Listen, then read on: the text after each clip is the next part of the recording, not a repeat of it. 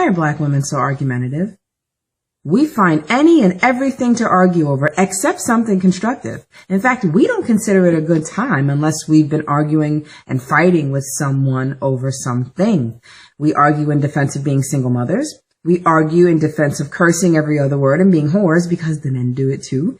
And we argue against accountability for our own actions. And we hide behind God and Jesus to do that with. Only God can judge me. They define themselves by conflict and not by who they're building with. You'll find one or a whole generation of black females fighting and holding grudges in any black family in America. 14 years ago, my grandfather was in the hospital dying.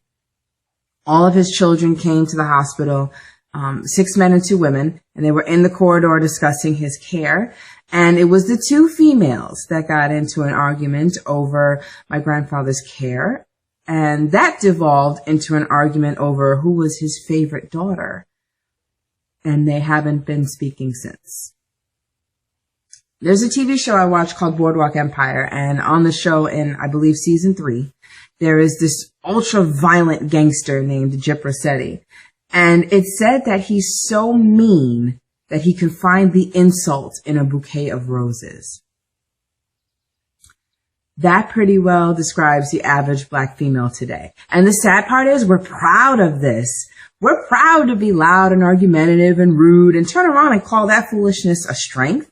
And then when nobody wants to argue with us anymore, we'll yell, "You can't handle a strong black woman." This isn't just a cultural quirk. This illustrates a fundamental difference between the way black women handle conflict and the way the rest of the world does. No matter how inappropriate or petty the issue, we will find a reason to fight, and if she can't find one, she'll make one. Even if she knows what she's going to see she's not going to like, she'll go there anyway just to argue with people over their opinions.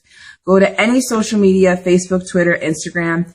You'll find a black female arbitrarily arguing with people that she does not know just because they're opinions. And the goal is never to come to a resolution. The goal is to just vent this never-ending cauldron of hate and anger and rage that's inside of her. I want you to take a look at something. I want you to watch this clip. It's a clip of an interaction between LeBron James and Mario Chalmers, also known as Rio. And I'll be right back. Argument earlier, frustrated over some defense. James really got in his face. But then a short time after this argument, Rio, that's what they call Mario Chalmers. I was wrong, my bad. That's great leadership. I tell you, when we talked about LeBron being a great teammate, I mean, obviously this guy is the king. And for him to look at that in that situation and say, I was wrong, speaks volumes to his teammates and his coaches. As a woman, I understood that clip to be a demonstration of black male leadership.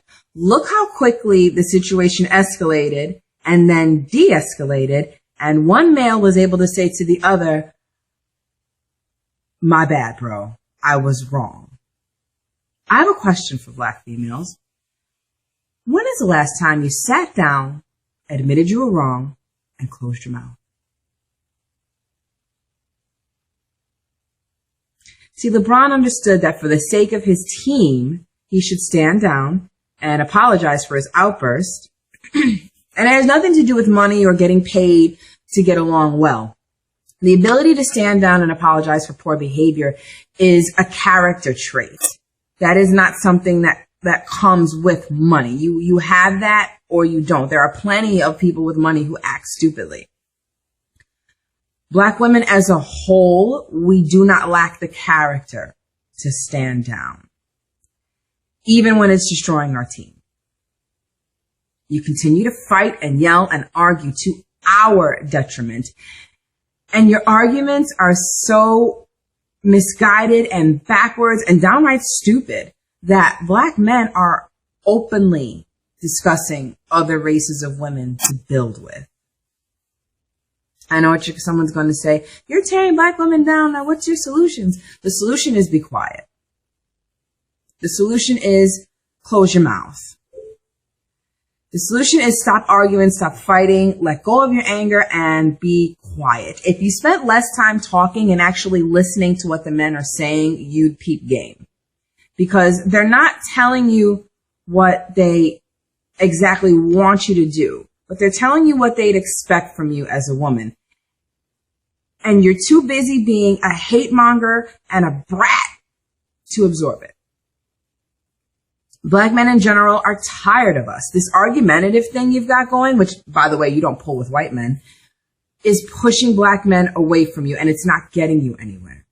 This is one of the reasons we got a race full of baby mamas, and 50% of black women have herpes and no husband.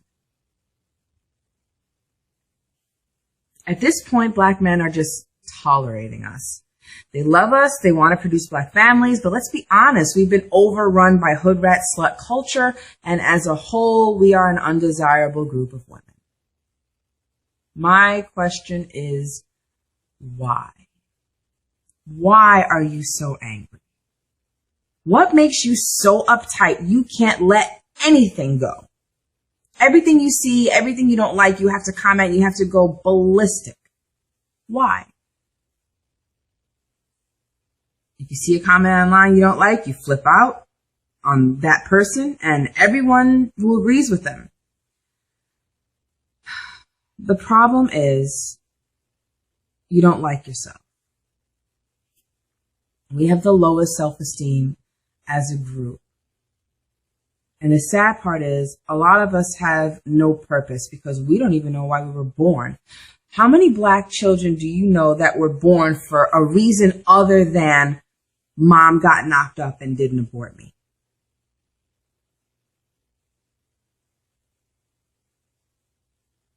I don't care what white women do, and I don't care that white women do it too because their bastard baby rate is not 75%, so I don't care.